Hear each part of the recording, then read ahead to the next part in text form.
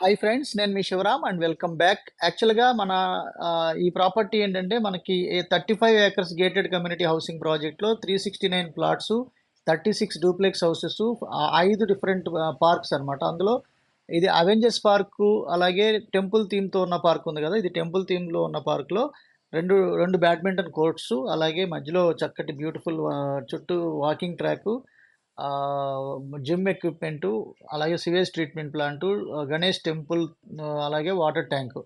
So, దీనికి సంబంధించిన complete video అడుగుతున్నారు కదండి, అప్డేట్స్ పెట్టట్లేదని.